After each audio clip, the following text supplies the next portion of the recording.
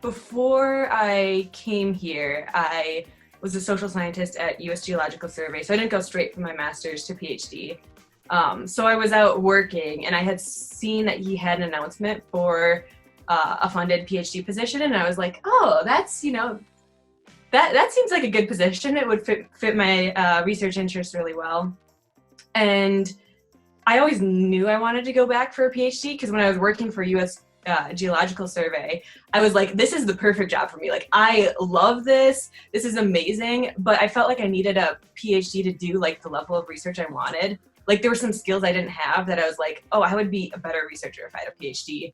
And it helps for getting a permanent position. So I saw that announcement and I was like, oh yeah, this is a perfect fit for me. Like, the advisor's a good fit, location's a good fit. It's a funded position. So I went back for my PhD. So I am looking at how weather and future climate change impact visitors to public lands. So specifically, I'm looking at how weather patterns impact where people go in parks and protected areas in the US. So for instance, if we have like an extremely hot day, are people more likely to stay near bodies of water? Are they more likely to travel farther from roads and hike farther? Are they more likely to go to higher elevations or lower elevations?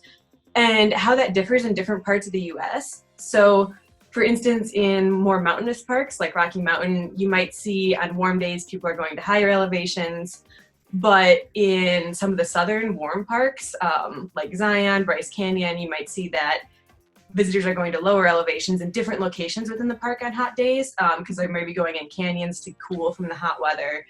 So really looking at how like spatial patterns change in parks and protected areas because of the weather, and then extrapolating that out in the future under different climate change scenarios, how visitation in general is going to change to public lands and within public lands, really to help managers plan and prepare for these different scenarios and what might happen in the future and how we should manage our public lands to prepare for changing patterns of visitors. To me, what tends to be really exciting is when you spend so long collecting data, regardless of how you're collecting data. If it's out in the field doing surveys or putting out trail counters or looking at social media data online, what's really exciting for me is when you have all the data and it's all like cleaned and ready, and the first day that you're going to analyze it and like pull up the data and run whatever test you need to analyze the data, and you see the results. And you've been working on this for months, collecting the data, doing like the grueling data collection process, and then you see the results. And for me, since I work with spatial data, oftentimes this comes in the form of like a map where like there's a map of a national park like Zion, and I see the plots of the differences of where people are going on extremely hot days versus extremely cold days, and you can like see the differences in space.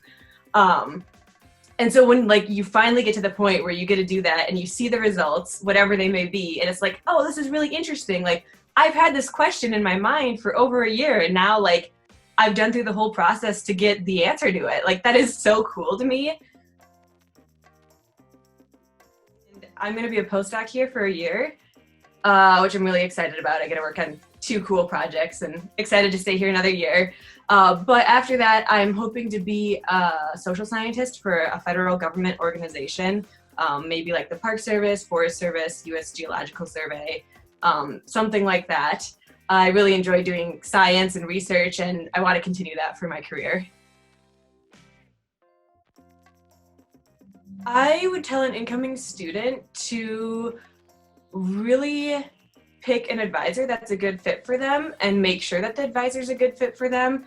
So for instance, like talk to their current grad students and see what their experiences have been like working with them. Because I think your advisor really kind of makes or breaks your grad student experience.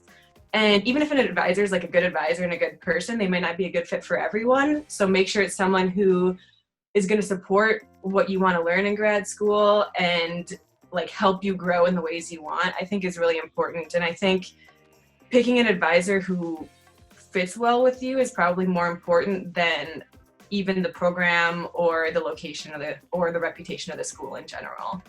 from everything I've heard and other students' experiences, like who you have as your advisor is really important.